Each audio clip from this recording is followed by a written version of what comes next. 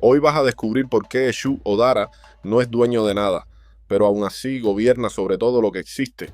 En el silencio oscuro antes de la creación, cuando ni siquiera el viento era viento y la nada reinaba, ya Eshu caminaba entre las sombras de lo que aún no era. Muchos creen que Eshu nació del caos, otros dicen que no fue creado por Olodumare para evitar culparlo del mal en el mundo. Pero hoy quiero que veas un punto de vista distinto, uno que a mí me resultó más claro y más verdadero en el camino de Ifá. Este video no busca cambiar lo que te han enseñado tus padrinos ni tu casa religiosa. Ellos son tus guías y en ellos debes apoyarte siempre. Mi misión aquí es abrir un sendero en tu mente y que sepas que lo que creías absoluto puede transformarse en algo más amplio y profundo. Porque en la religión yoruba y en nuestras raíces afrocubanas no existe un solo camino, sino muchos ríos que llegan al mismo mar. Quédate hasta el final y entenderás por qué Eshu o Dara, siendo el primero creado por Olodumare, no tiene dominio sobre nada y sin embargo sin él, nada puede manifestarse en la tierra ni en el cielo. Comparte este video con quienes busquen el verdadero conocimiento, porque al compartir expandes la luz y el misterio que cada palabra trae consigo.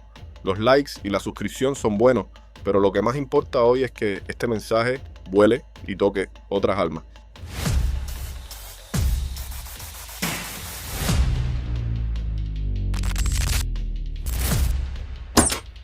Dicen los viejos que cuando Olodumare pensó en crear la tierra no existía nada más que un silencio oscuro que no tenía principio ni fin, un silencio tan inmenso que si un espíritu respiraba, ese aliento se perdía para siempre en la nada.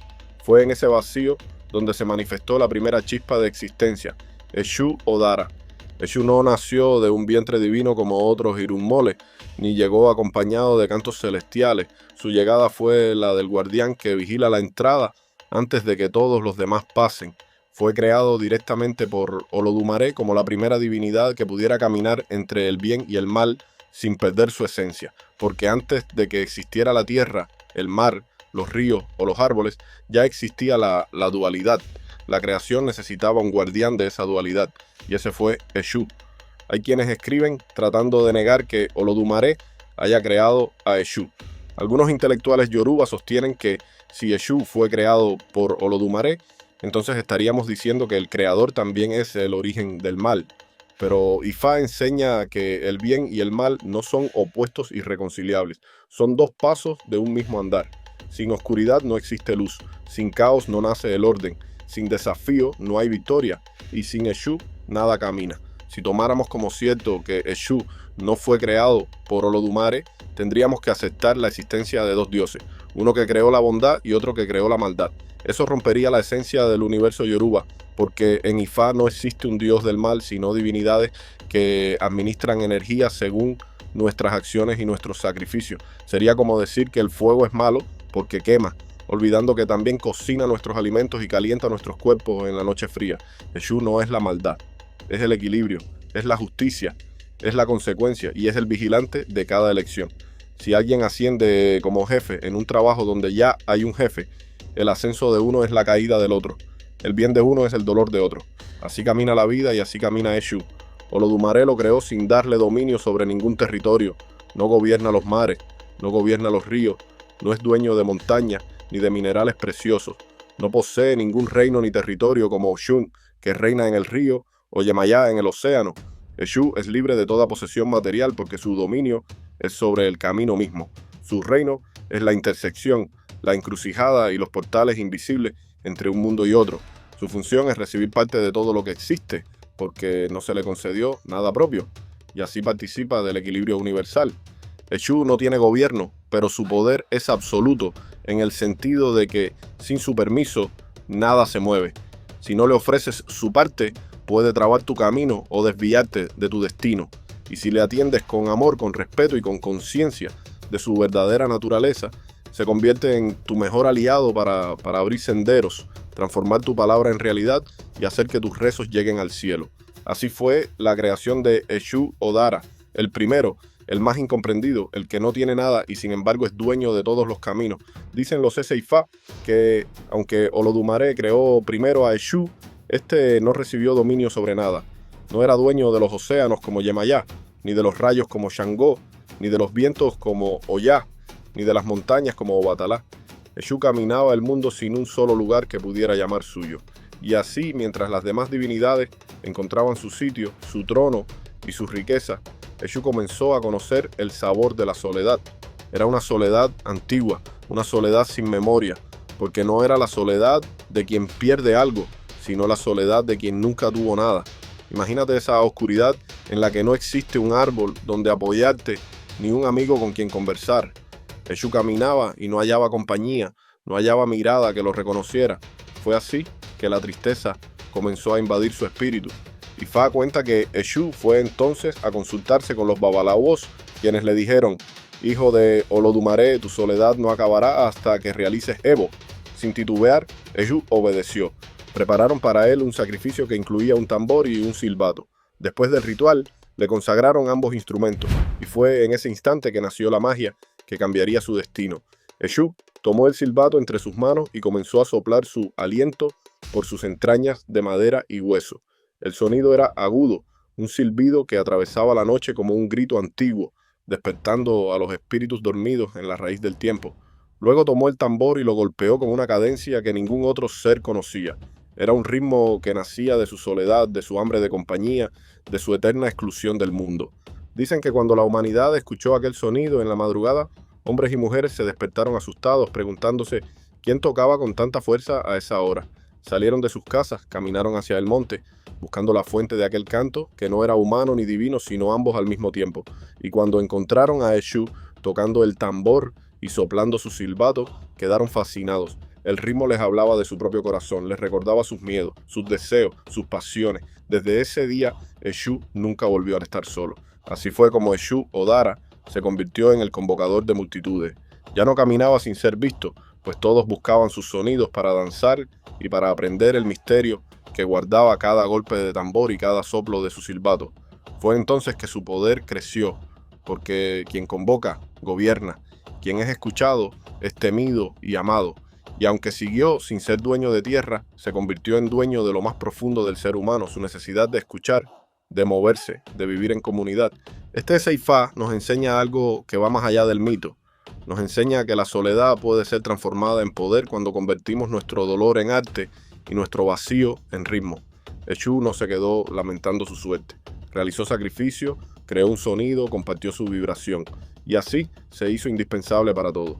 Hoy en día, cada vez que escuches un tambor resonar, recuerda que esa vibración nació de la soledad de Eshu, que cada vez que un silbato atraviese el aire, estás escuchando el mismo aliento que sopló aquel primer silbato consagrado en el Evo de Eshu Odara. Porque aunque no sea dueño de nada, Eshu encontró el camino para estar presente en cada celebración, en cada danza, en cada rezo, en cada paso de la humanidad. Y Fa nos revela que Eshu no solo camina los caminos de la tierra y las encrucijadas del mundo visible, también habita en el cuerpo humano. Pero esta enseñanza no puede ser comprendida con los ojos de la carne, sino con la visión del espíritu.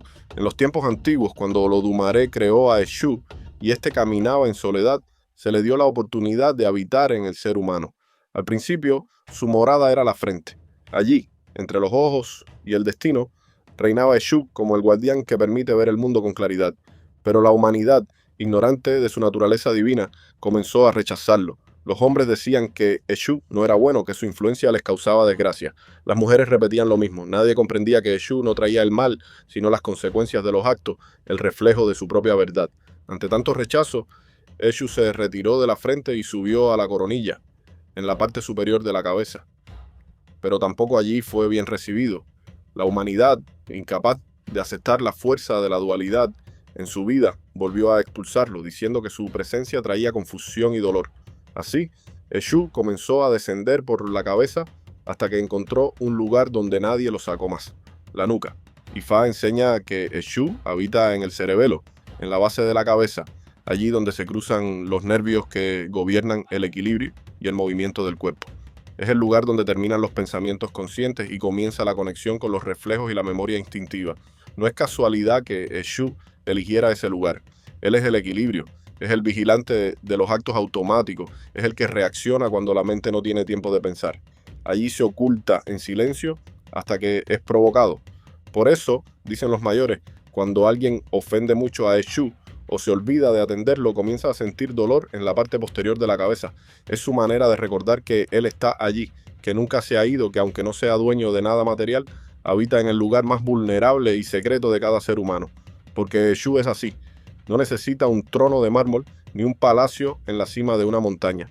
Su reino es invisible y su morada está en la encrucijada de los pensamientos y los impulsos. Cuando agachamos la cabeza, cuando el orgullo se rompe y la humildad nos obliga a inclinar el cuello, es entonces que Eshu se manifiesta con mayor fuerza. Porque al agachar la cabeza, la nuca queda expuesta y en ese gesto reconocemos su dominio sobre nosotros. Por eso Ifá dice que si Eshu no está contento, puede trabar los caminos y hacer que nuestras metas se deshagan antes de alcanzarlas. Pero si está complacido, ningún enemigo puede derribarnos. Hay un rezo antiguo que describe esta verdad. Grande como una loma es el fin del camino ancho. Realizó adivinación para Aso, quien llegó a la tierra donde termina Atari, el cráneo. No hables de mí, todos nosotros tenemos a Eshu en la nuca. No hables de mí. Este rezo nos recuerda que no importa cuánto neguemos su existencia, Eshu vive en nosotros. Es el impulso que nos lleva a desobedecer y el freno que nos salva del abismo. Es la voz que tienta y la fuerza que protege. Es el guardián del destino y el portero de nuestras acciones. Por eso, cada vez que sientas un dolor inexplicable en la nuca, pregúntate, ¿he atendido a Eshu? ¿He respetado sus caminos? ¿He compartido con él mis logros y mis tristezas? Porque solo estando bien con Eshu, podremos estar bien con nuestro Ori, nuestro destino superior. Y recuerda siempre que Eshu no es enemigo de nadie, pero tampoco amigo de quien lo ignora. Dicen los sabios que no hay nada en la creación que se sostenga sin un sacrificio. Hasta el sol, que parece arder eterno, consume su propia esencia para alumbrar al mundo. Así es también Eshu Odara. Él no exige sacrificios por crueldad ni por hambre de sangre. Sus sacrificios son pactos de equilibrio con el universo. Son el recordatorio de que todo logro y toda alegría tienen un precio invisible. Eshu come muchas cosas, desde lo más sencillo hasta lo más complejo. Se le ofrece chivo, gallo, pollón, pollito, carnero, guinea, paloma, pescado ahumado, ratón, babosa, nueces de cola, agua fresca, aguardiente, ron, tamal de maíz, amala, puré de ñame y siempre se le entrega aceite de corojo y miel. Cada uno de estos alimentos no es solo un gusto material. Representa un elemento de la naturaleza que Eshu gobierna de forma invisible. Cuando sacrificamos un chivo para Eshu, le estamos dando la fuerza de la tierra y la resistencia que camina sin cansancio.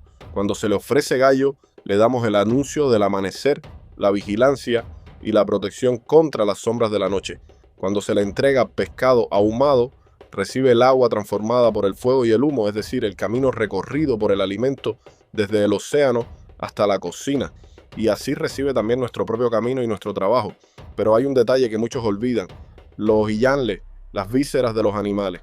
En la tradición yoruba y afrocubana, las vísceras son el alimento real de los orishas, porque allí se concentran las enfermedades y toxinas que el cuerpo filtra. Cuando entregamos las vísceras a Eshu y comemos la carne, estamos pactando un acuerdo sagrado. Él se lleva el mal y nosotros nos quedamos con la parte sana y buena. Es por eso que los antiguos decían que no se deben botar los animales sacrificados. Esa carne no es un desperdicio, es alimento bendecido por la divinidad. Si la comunidad no puede comerla toda, se reparte a quienes más la necesitan. Solo en el caso de las limpiezas, cuando el animal ha recibido enfermedades, cargas o negatividades específicas, se bota lejos para alejar su poder destructivo. Eshu no tiene jurisdicción sobre nada, pero exige su parte de todo. Su poder no está en la posesión, sino en el derecho a recibir un poco de cada logro que alcancemos, porque sin su permiso ningún camino se abre y ningún éxito se sostiene. Así como un gobierno vive de los impuestos de su pueblo, Eshu vive de los sacrificios de sus hijos. Y si alguien decide negarle su parte, puede estar seguro de que sus planes serán trabados. O peor aún, si llega a lograr su meta sin Eshu, no la disfrutará, porque Eshu se encargará de que esa alegría se transforme en una carga amarga. En Nigeria se le ofrecen sacrificios que a veces en Cuba no se emplean, como el carnero y la paloma. Y es importante que entendamos algo profundo. Cada tierra tiene su linaje y cada linaje su práctica. Lo que a unos les está prohibido, para otros es medicina. Lo que a unos los enferma, para otros es bendición. Por eso no podemos juzgar la forma de adorar de ningún pueblo, pero tampoco debemos cambiar nuestros legados sin conocimiento profundo. Nuestros ancestros lograron traer a Cuba un sistema que unió lo lucumí, lo arará, oyó y otros linajes sin mezclarlo en confusión, sino creando un sancocho cultural ordenado. Y ese legado no debe despreciarse. Ofrecerle a Eshu no es solo un acto de temor, es un acto de gratitud y justicia, porque si él fue el primero y no recibió nada propio, es justo que reciba un poco de cada cosa. Su sacrificio es nuestro seguro de vida espiritual. Y cada vez que le llevemos algo, recordemos estas palabras de Ifá. Todo lo que tengas, dale siempre a Eshu. Eshu, acéptalo y vete. Eshu, acéptalo y vete. Así, al decir estas palabras, le pedimos que acepte nuestro sacrificio y se retire en paz, sin trabar nuestros caminos ni desviarnos de nuestro Ori Rere, nuestro destino bueno, porque Eshu no pide nada que no sea suyo, por derecho, y en la misma medida en que se le honra, él multiplica lo que tenemos, porque su energía no es de escasez, sino de multiplicación. Él es quien convierte una moneda en un tesoro, una palabra en un decreto y un camino cerrado en un sendero abierto hacia la prosperidad. Muchos preguntan por qué Eshu, siendo la primera creación de Olodumare, no tiene un reino como Oshun en los ríos o Yemayá en el océano. ¿Por qué, si fue creado antes que todo, no se le dio un trono, una corona o un dominio visible? La respuesta es sencilla y profunda a la vez. Eshu no tiene nada propio porque su gobierno es sobre todo. Si observas el mundo de los hombres, no verás que funciona igual. Un gobernante, un presidente, un rey, no produce nada con sus manos. Vive de lo que su pueblo produce. Los ciudadanos cultivan la tierra, cosechan los frutos, fabrican las herramientas, pescan en el mar, cazan en los bosques, crían los animales y de todo eso una parte se entrega al gobierno como tributo. Sin ese aporte, el gobernante no tendría poder alguno. Su autoridad y su fuerza se sostienen en lo que el pueblo entrega. Así es Eshu. Él no posee minas de oro ni campos de yuca, no es dueño del mar ni del viento, no tiene palacios de mármol ni ríos de miel, pero recibe un tributo de cada cosa que existe, porque sin su permiso nada puede ser disfrutado. Y cuando no recibe su parte, su poder actúa como el de un gobierno en cólera. Bloquea caminos, impone sanciones, retira su protección y deja a la persona expuesta a la desgracia y al fracaso. Muchos ven esta realidad como algo injusto, pero si lo analizas con la mente de Ifá, entenderás que Eshu es el reflejo del orden invisible que sostiene el universo. Nada es gratis, nada se da sin un sacrificio. Ni el fuego arde sin consumir su leña, ni el río corre sin consumir su cauce, ni el hombre vive sin consumir el aire y el alimento de la tierra. Eshu es la representación perfecta de esta ley.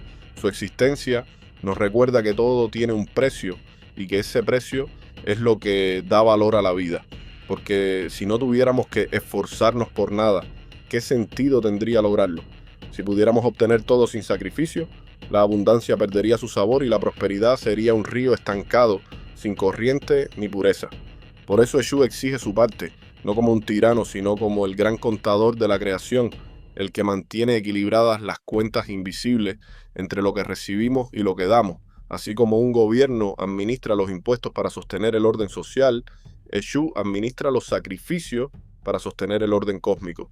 Sin Eshu, el universo se desordenaría, porque no habría un guardián de las consecuencias, un vigilante de las encrucijadas, ni un portero de los caminos. Y si no hubiera caminos abiertos o cerrados según el sacrificio de cada quien, todo estaría mezclado en un caos sin justicia, donde nada tendría sentido. Así que cuando ofrezcas a Eshu una copa de aguardiente, un gallo o un simple puñado de maíz, no lo hagas por miedo. Hazlo con gratitud y con conciencia, porque estás cumpliendo la ley del equilibrio, la misma ley que sostiene la vida de los pueblos y la estructura de los gobiernos. Eshu no es un cobrador despiadado, es el recordatorio viviente de que nada nos pertenece y todo requiere un sacrificio. Sin tributo no hay protección, sin respeto no hay camino, sin sacrificio no hay destino. Si algo debemos aprender hoy es que Eshu no es maldad, es el equilibrio perfecto que Olodumare creó para sostener el universo. Es el guardián de los caminos, el juez de nuestras acciones, el mensajero entre lo visible y lo invisible. Sin Eshu, los rezos no llegan, las promesas no se cumplen, los sacrificios no son escuchados. Él no tiene un trono en el océano, ni un palacio en la montaña. No posee minas de oro, ni reinos de coral, pero es dueño de algo que ningún otro orisha posee, el control sobre los destinos, las palabras y los caminos de la vida. Su poder no está en la posesión, sino en su derecho de recibir parte de todo. Y ese derecho no se lo dio un pacto ni una guerra, se lo otorgó el mismo Olodumare desde su creación.